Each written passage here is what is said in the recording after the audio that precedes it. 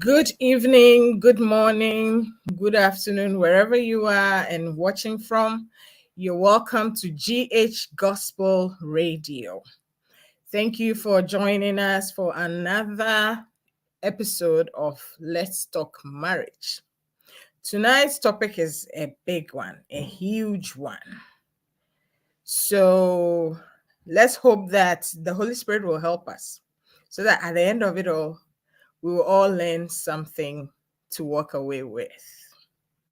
Tonight, we are talking about sex. S-E-X, sex. Okay. Technically, marriage is the only institution in which sex is legal, that sex is expected, that sex comes with a package, right? So if we really mean business, marriage is a place that sex should be enjoyed the most, that it should be the most satisfying, and it should be a blessing. We know that there are issues about sex in marriage, but tonight we're not going to focus on the issues. We are just going to focus on how to have a healthy sex life. Before we continue, I'll just take a minute to share the link so that most of you can come in and then help me as I discuss this topic. And most importantly, I would like your questions at the end of it all so that we can all have a great discussion. This is not something that I'm an expert on, but I know quite a bit. So I know this is going to be interesting. Okay. Yes. One more minute and we should be good. This topic scares me a little bit, right? But it's all good. It's all good. My husband is walking around here laughing. That's weird. Yes, just as I said, I'm no authority on sex, right? But I know enough for us to share and for us to be able to have a healthy discussion about sex. We did say that marriage is the only place that sex is legal, that sex should be enjoyed. So in marriage, sex should be the purest and the happiest and the most enjoyable, right? Okay, so let's move on. Let's see what the Bible says about marriage. About sex. Hebrews 13, verse 4. I'm reading from the NLT version. It says, "Give honor to marriage and remain faithful to one another in marriage. God will surely judge people who are immoral and those who commit adultery." That's one thing that the Bible says about sex in marriage. Let's read something else from Proverbs chapter 5, verse 18, also from the NLT. It says, "Let your wife be a fountain of blessing for you. Rejoice in the wife of your youth." So from these two verses, the first one is telling us about being exclusive. It goes without saying that my sex should only be with your partner. Sex should only be in marriage.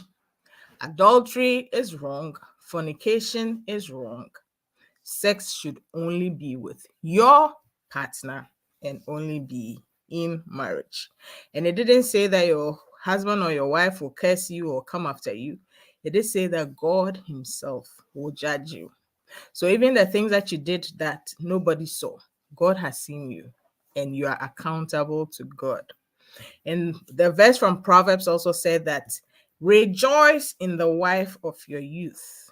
In other words, it's telling you to just enjoy sex. Sex does not have to be endured. It has to be enjoyed proper. If you are not enjoying sex in marriage, then that's a problem you need to fix as soon as possible, because you are making a vital resource go to waste. And God doesn't want that to happen. Why should sex be enjoyed? First of all, it is God who created sex. Sex is not man's idea. Sex is not made by society, but it is God who created sex. And anybody who has had sex, good sex, will tell you that sex is very good for stress relief. It is good for communication. It is good for exercise. It is good to express love and attention. So you see, there are so many benefits of sex that you should be able to enjoy, right? The third one, and the one that goes without saying, is that sex is for procreation. If you want to have children, there is no way you can bypass sex and have children. Of course, we know that there's IVF and all that, but the natural way and the easiest way and the cheapest way to have kids is to have regular sex. In fact, most of the time when you're being investigated for infertility, the first question that you'll be asked is that, how often do you have sex? How regularly do you have sex? So it's important that when you are looking for a child, you need to have regular sex for procreation. And it is very important that you and your husband or you and your wife develop a healthy sex life, because contrary to popular belief, nobody comes into marriage being an expert in sex. And even if you are an expert, even if you knew a lot about sex or you practice a lot, even though illegal, you practice a lot, when you come into marriage, the two of you need to be able to sync your sex life. There may be things you know that your partner may not like, and there may be things that will not work for both of you.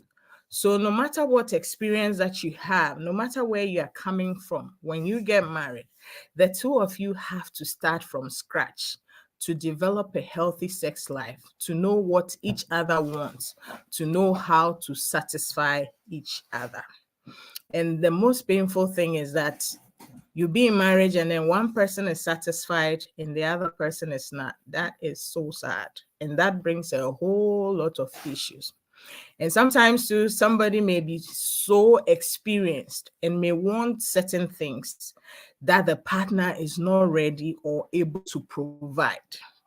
And that is why it's more important that whatever bad habits you picked outside of marriage, when you come into marriage, you drop them, you ask God to help you to deal with it and move away from it, so that you and your partner can forge something that is healthy for you. One thing we must also remember is that sex is an appetite and it can be cultivated. You don't usually come into marriage having a particular sex appetite. You could have one, but then the two of you need to cultivate one that works for both of you. If you ignore your sex life, it's going to grow dull, it's going to grow boring, it's going to be empty. But when you cultivate it, when you see it as important and you work towards it, it's going to work out and both of you are going to enjoy. Let me be very honest with you. When sex is going well, it helps you avoid a whole lot of unnecessary conflict, because God designed sex in a way that it helps your partner understand and remember that you love him or her. So when sex is going well, you fight less. And the reverse is true. When things are not going well, you will have less sex because you're not interested in showing affection to each other and showing love to each other. So sex is a good barometer to determine how your married life is going. If you're having lots of it, it means other areas of your married life are balanced and going well. And if you're having very little of it, it means that things are not really going well. So you should pay attention and fix the aspects of your marriage that are not going well, so that you can have more sex or you be comfortable enough to have more sex. One person said that sex is worship. When you please your partner in a way, you are serving him or her, you are appreciating him, you are elevating him or her. You get it? So it's like it's sacred. I really don't know what God put into sex, but it's a blessing, it's a sweet, and it's to be enjoyed. There's nothing like too much sex.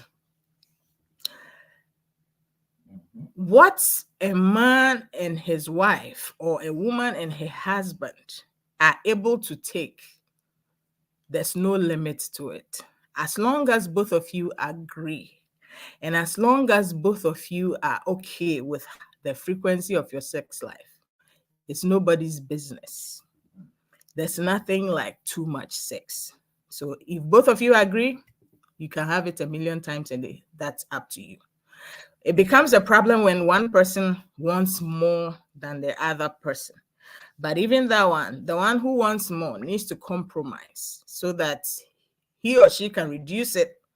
And then the one who wants less also needs to compromise so that he or she can increase it. Then both of you can come to an agreement or can come to a point where whatever you're having is good enough for the both of you, and both of you are satisfied enough. The third thing is that there is such a thing as too little sex. In fact, legally, if you're having sex like less than 10 times in a year, your marriage can be termed as a sexless marriage. And we know that sometimes a couple doesn't live together, right? But even if you don't live together and you meet for like 1 week in a year and you're able to cover that 10 times, let's say you have sex like 15 times, then you meet the criteria. You are not a sexless marriage, right? But whatever it is, if you're having sex less than 10 times in a year, you are a sexless marriage. And that could be grounds for your marriage to be dissolved. If your wife goes to court and says, we're not having any sex, I want to end this marriage, it could be granted on those terms.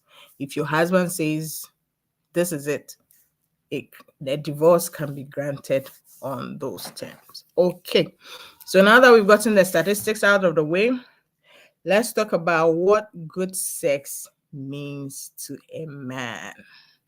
What would a man call good sex?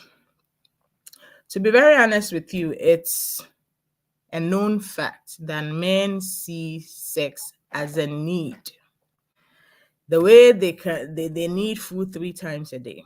Sex is on their timetable as one of the things they need to survive. Men need sex. They are not so much attached to sex emotionally, but it's part of their physiology. They need to get it out of the way so that everything else can function. I really don't know how that works, but men need sex. And it is very unfair for a woman to decide to use sex as punishment. When you start doing that, you are creating a bad environment in your marriage. Just know that men, irrespective of everything else that is going on in their life, they see sex as very important. They put it on their timetable. It has to come in there somewhere. So men need sex.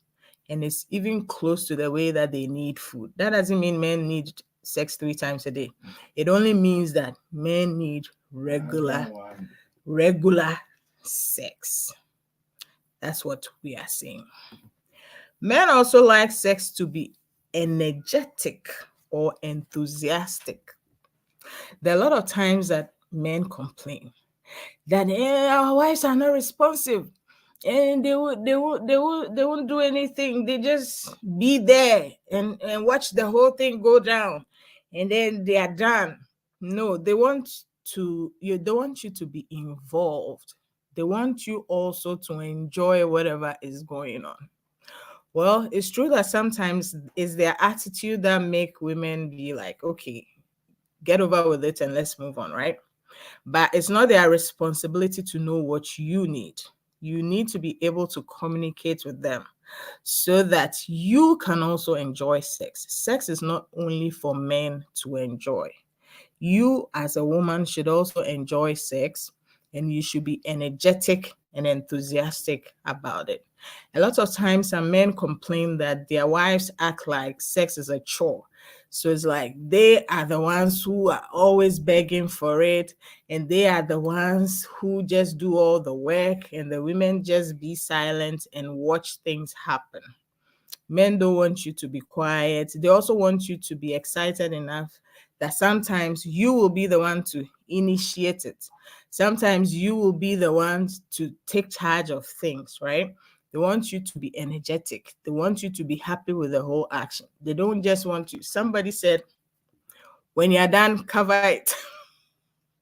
Meaning that she's going to bed. You just do your business. When you're done, cover it and move on. No, that is so wrong.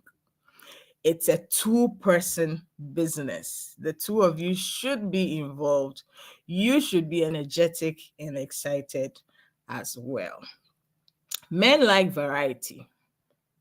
Men like variety. So they always want to try new things. If you are somebody who is not open to trying new things, it makes things a little bit still for them. That is why there are a lot of men who like to just have different women all the time. They like variety. But of course, we know that in marriage, it is not allowed and it is evil. Even outside of marriage, you're not supposed to go sharing sex with multiple partners. So what you do is, you as a woman, you need to be open to the idea of making things interesting. When they suggest things, go along with them. Try it at least once or something. But if it's something that you just cannot do or you're not willing to do, you shouldn't be coerced into it. Just say no and move on. But at least be open to trying new things. Okay, the fourth one I'm going to talk about. Many men are excited about something they call head or BJ. If you know, you know. If you don't know, call me after the program. We'll talk about it. So put that in your pocket, something to spice up your sex life. Find out what head is. Find out what a BJ is. It makes the soup exciting. If you know, you know. If you don't know, call me later. Okay, so now let's talk about what good sex mean for women. Oh, my favorite part. You see, women enjoy sex when they are happy with you.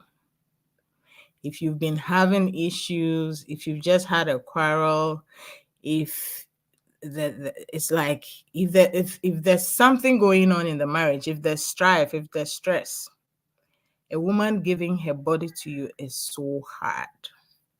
I know that it should not be the standard, but I'm just trying to state the facts, right? So that we can work on it or we can find a way around it. When a woman is angry about something, it's difficult for her to have sex. So as a man, yours is like, if you know you've done something to your wife, just go and apologize quickly. Get it out of the way. Otherwise, your wife will have a headache that never goes away. Every time I have a headache, every time I'm tired. It's not that she's really tired. It's possibly because she is resenting you for something. She's angry with you about something. The other thing is that women like tender, loving care. Trust me, a lot of men wish they could just jump on a woman, do their business, get up, and walk away. That's not how it works. If you want your wife to enjoy sex, you have to take your time. You don't just jump from beginning and then finish in a short time. You have to woo the woman. You have to start slowly.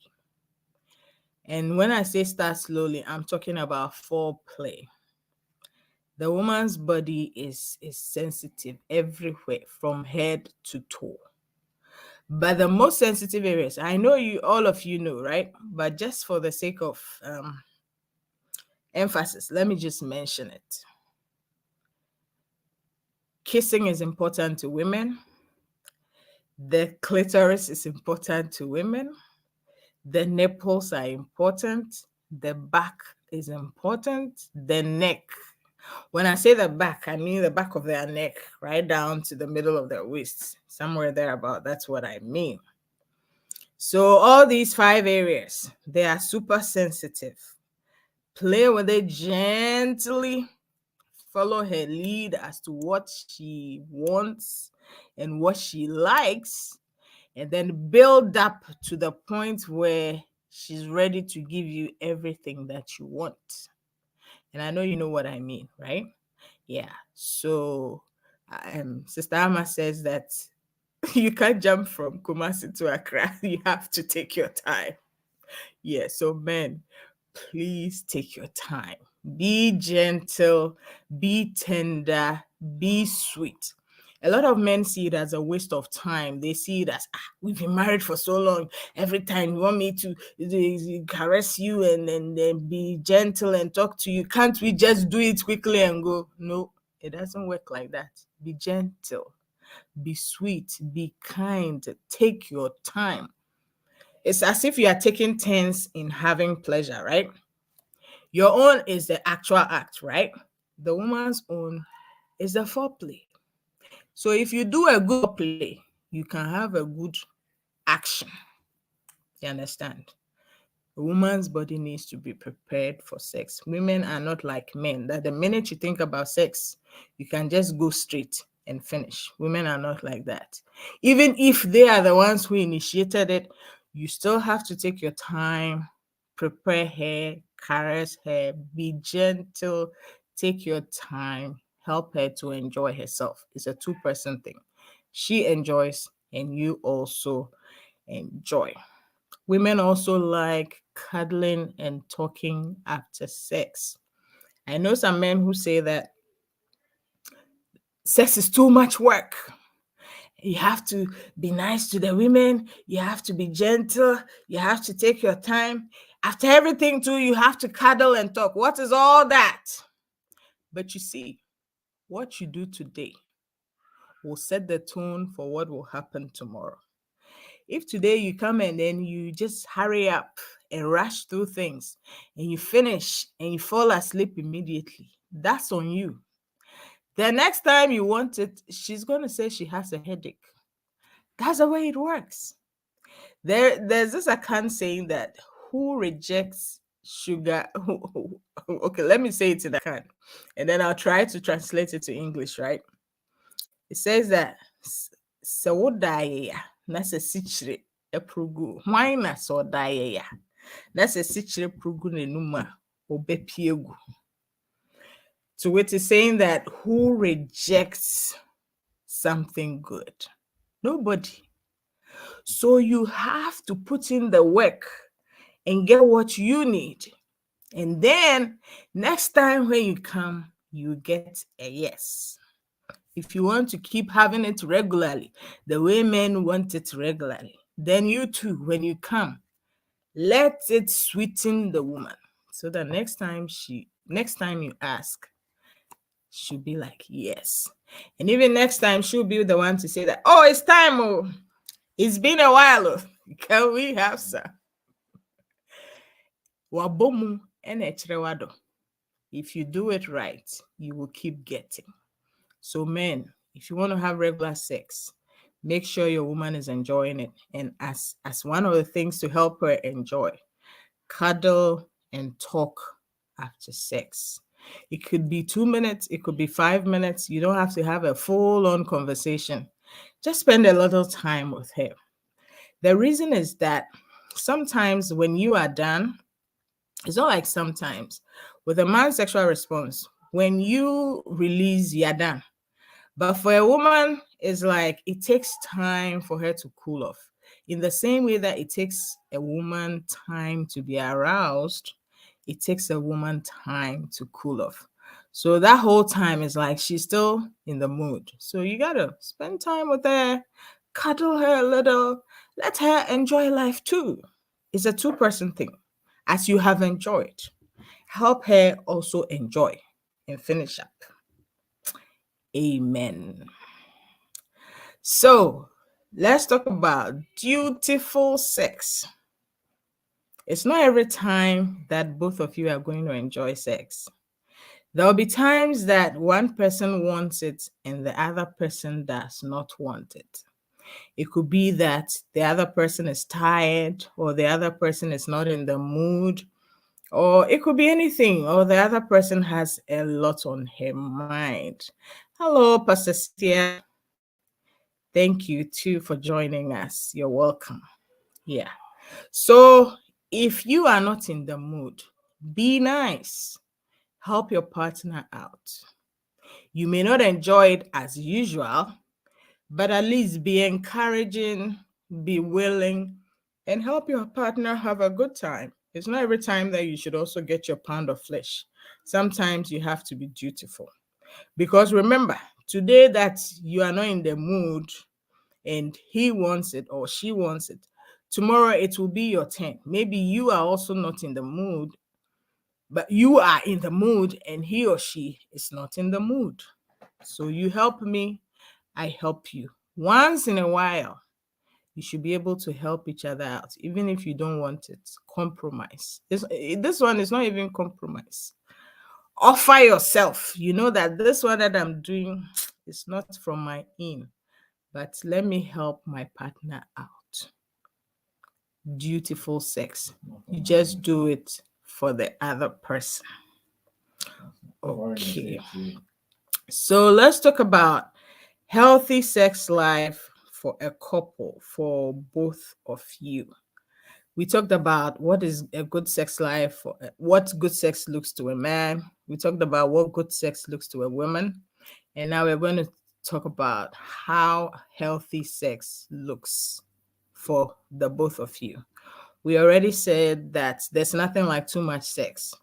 The frequency of sex between the two of you should be what the two of you decide on.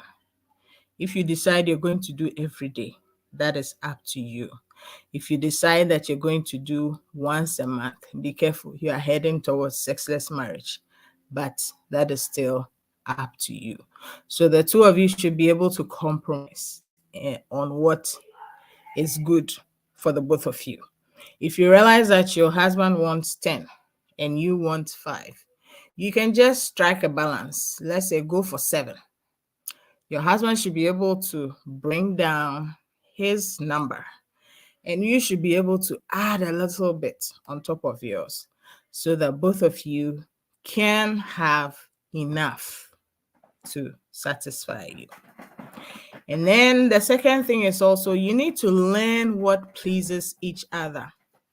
Every time you're having relations, learn what your husband or wife likes and vice versa, so that as time goes on, you will know more and more of what each other likes. So that the time, let's say from the time you get married to, let's say, 5 years in, your sex life should be way better, because by that time you would have learned a lot about what each other likes, and you'll be able to please each other every time you have relations. So learn what pleases each other and be committed to doing it so that both of you can have an enjoyable experience. The third one we've already mentioned, that be accommodating to your partner's needs. It's not always that you want it, he wants it, and vice versa. Times that one person is not in the mood, you should be able to help each other out. And it shouldn't always be that one person.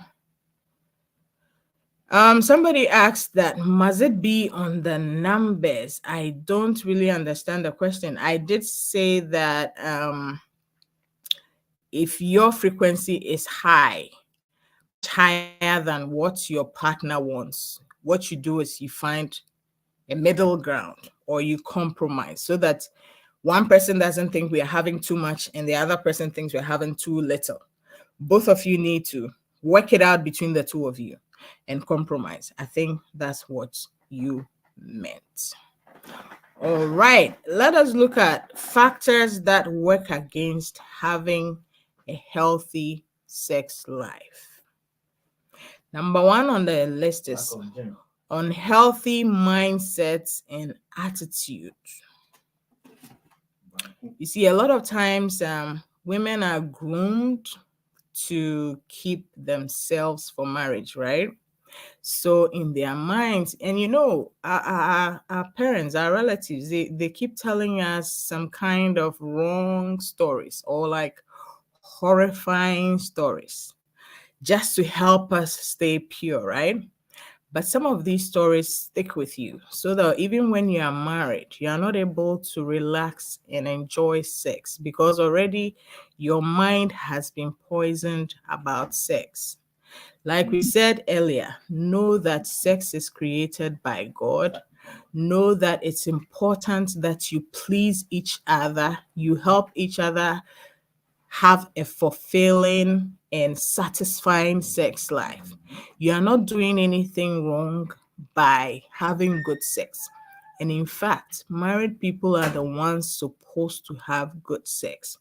Don't think that being innocent about sex, it's a good thing. For a married woman, being innocent about sex is wrong. For a married man, being innocent about sex is wrong.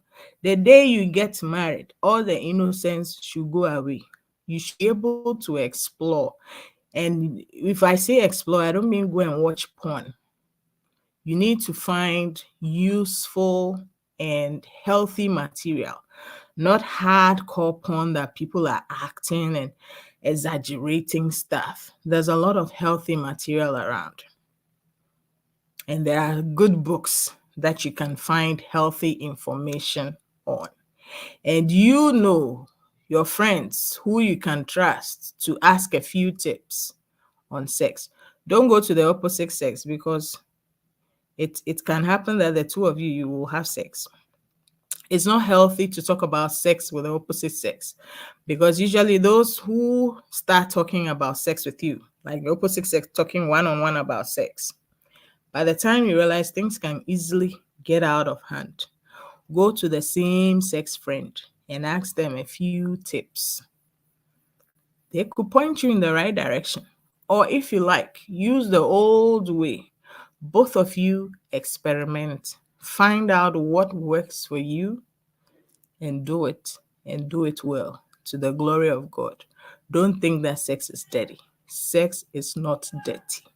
Sex is good and sex is healthy. So if you have any bad mindsets about sex, you need to drop them. Another unhealthy mindset is that women are told that sex is painful. If you're having painful sex, it means there's a problem. Sex should not be painful. If you're having it the right way, it should not be painful. So if it's painful, you need to talk to your doctor, find out what is going on. Sometimes fibroids can make you have painful sex. Sometimes menopause can do that to you as well. But if you're having sex and it's painful, most of the time it's lack of lubrication. And what causes lack of lubrication? Most of the time that is inadequate foreplay. Hello, Era. Thank you for joining us. You are most welcome. Yes. So if you don't take your time to prepare your woman, her body's not going to be ready.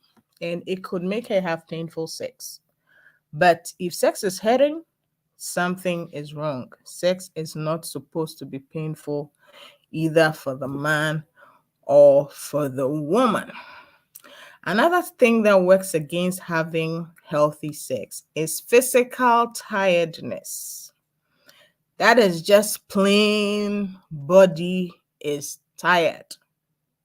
Some people work too long hours. Some people work in stressful situations. For people like that, you should know that it will just bring your sex life down.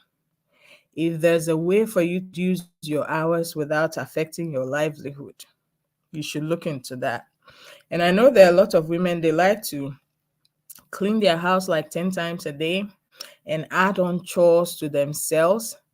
By the time you finish all those chores, you will be tired. There's no way you're going to be interested in sex.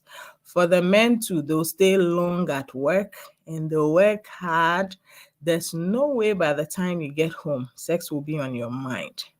The body reserves its energy for the most important things. So if you are tired or you are stressed, it just shuts down the part of your brain that is for pleasure, because pleasure is secondary. When you're stressed and tired, your body is in fight mode, your body is in flight mode.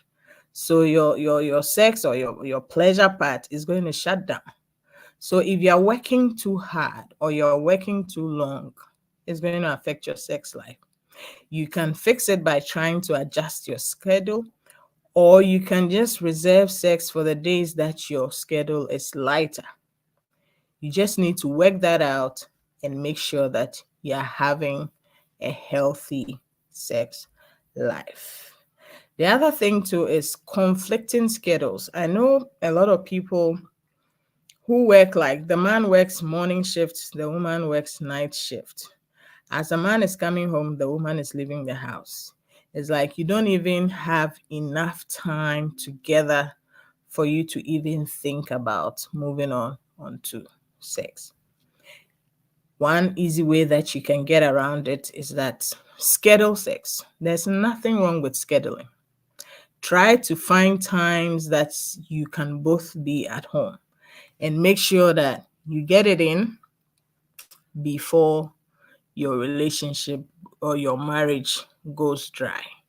Make it a point to put it on the timetable. If your schedules are conflicting, make it a point to find somewhere and put it there. I know that a lot of people will say that it's not romantic, but hey, having enough sex and not being romantic is better than not having anything at all. So you got to figure it out and make room for it in your life. The other thing that work against having a healthy sex life is what I call women with kids syndrome. Okay, let me explain that to you. When a woman, from what I know, when a woman is looking for children, she will do anything to encourage sex because, like we established earlier, the basic purpose of sex is to have children, right? But after a woman has had kids, the thing that happens is that usually you get busy. Children are a whole lot of work. You hardly have any extra time to yourself. So when a woman has kids, it's very hard for her to prioritize lovemaking because her table, her plate is already full. So if you want such a woman to be more interested in sex, what you do is you find ways of taking things off her plate, freeing up her time so that she will have time enough to breathe to even be able to think of having sex. And especially the men who don't like to help at home. Those are the ones who will suffer the most because the first thing to go will be the sex. If you want to get more, help her out. Take about 2 hours off her schedule by helping her. When you come back from home and there's work to be done, don't let it be her job. You need to get in there and help so that she can finish quickly, she can be done and have enough time to relax, and then she'll be all yours. And trust me, as much as you help her, she even appreciates you more and is even more willing to reward you. And which better way to reward you than to give you what you want? So it's a win-win situation. If your wife has kids walking around, pulling her back and forth, your best bet is to help her out so that she can make time for you. Or if you are well to do and you don't want to do chores, hey, hire somebody. Hire a cleaner, hire a nanny, free up her time, and then she'll be all yours. And there's also this notion that after women have had their children, they don't really care about sex anymore because, hey, I have my children. There's no need to make it a priority.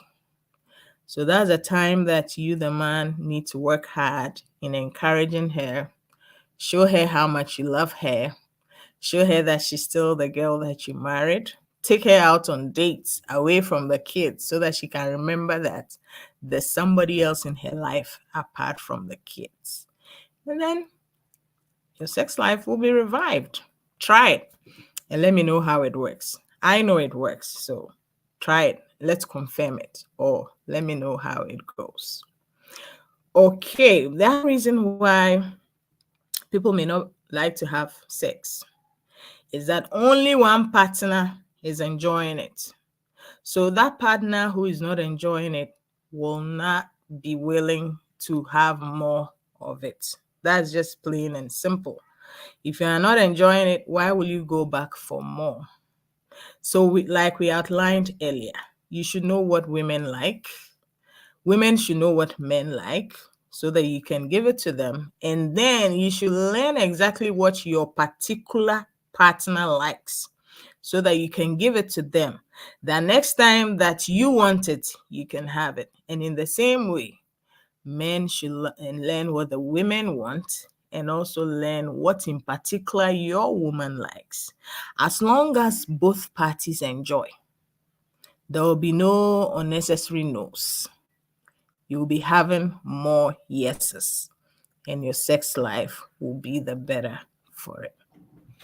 Okay, so the next thing that affects a couple's sex life is not agreeing on grooming. Some people like to take showers like 2 times a day, 3 times a day. If you're somebody who likes to take showers often and your partner doesn't like to take showers often, it could be a problem. And this does not need to be a big issue.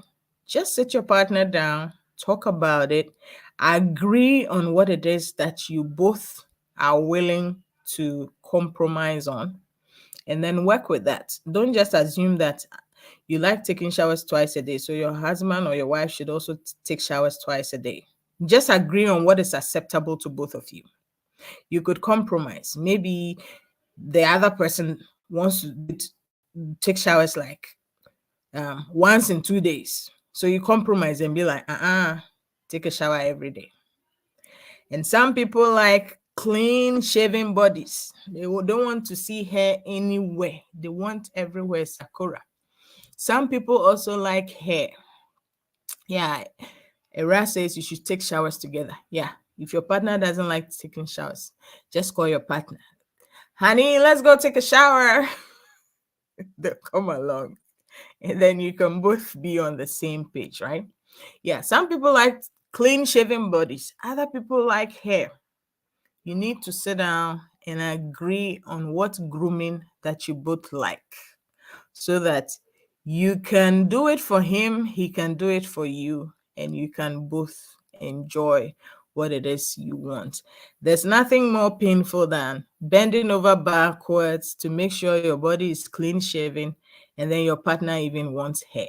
And how are you going to know? Sit down and discuss grooming, what you need, what you want, what both of you are ready to work with. And then you compromise and work with it. And one thing is that sometimes a lot of people impose. They'll just be like, if you don't take 2 showers a day, we are not having any sex. That's not right. Both of you sit down and talk about it. Let the person, like both of you, need to come to an agreement. Maybe you want 2 showers. He says, I can only do 1. If it's good for you, accept it and then move forward with it. From now on, it's shower every day. End of story. Don't impose on your partner. Don't make rules for your partner. Don't make your partner jump through hoops. Last week we learned about it. That is not love.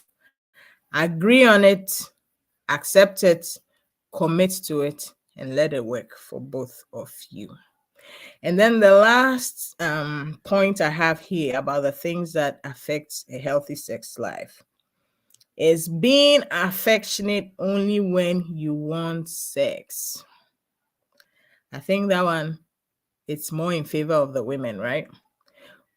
Most of the time, women don't like it when you are affectionate only when you want sex. It makes it look awkward. It makes it look bad that you will only be affectionate when you want sex. In actual fact, sex starts outside of the bedroom. Be nice to each other. Be courteous with each other. And last week we talked about the love languages. Be using each other's love language frequently so that it's not only when you want sex that you come in, start acting affectionate. After a while, it gets old. After a while, it gets tacky. It makes it look like you're only nice to the person when you want sex. It should not be like that.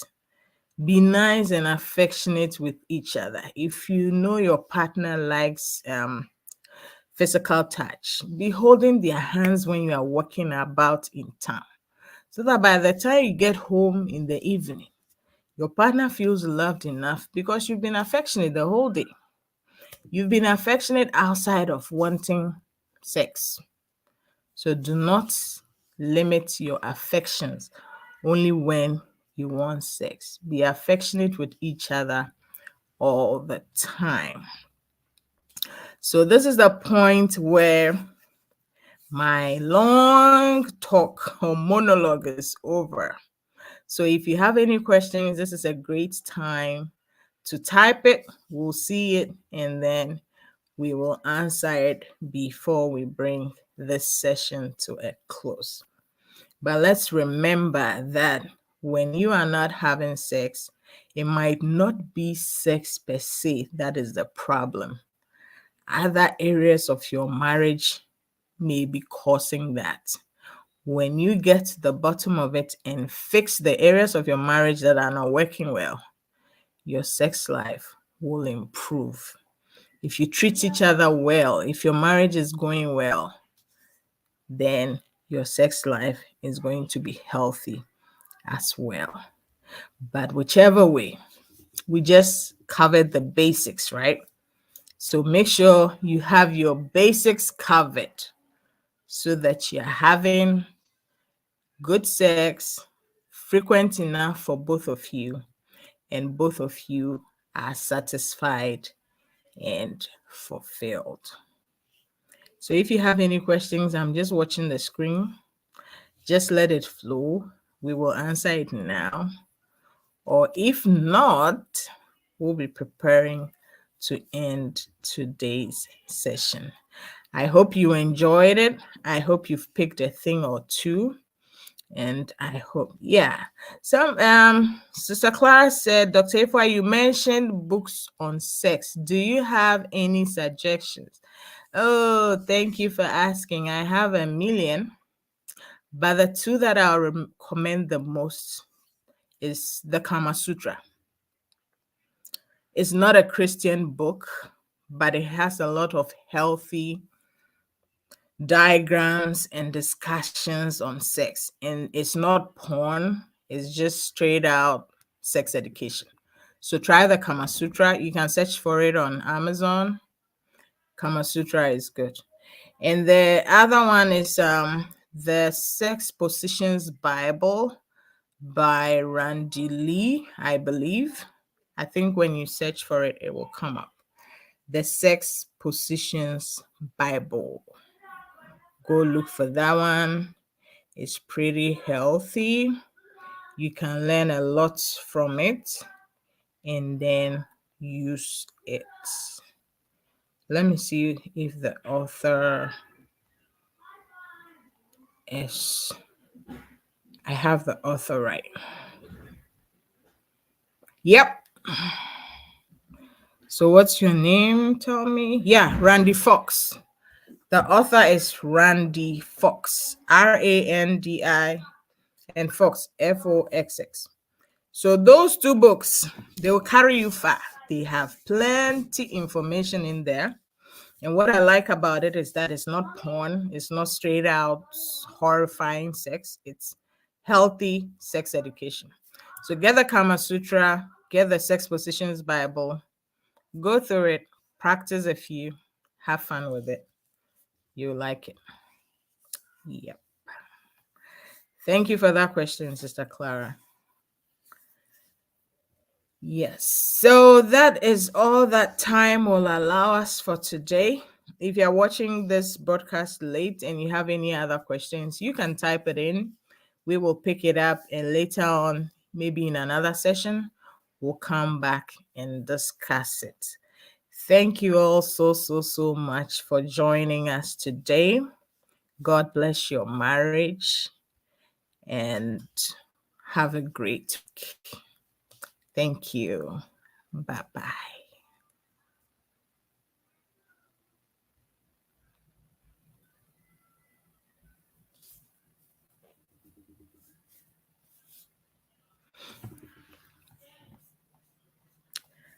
Bye, Favor. Thank you for joining.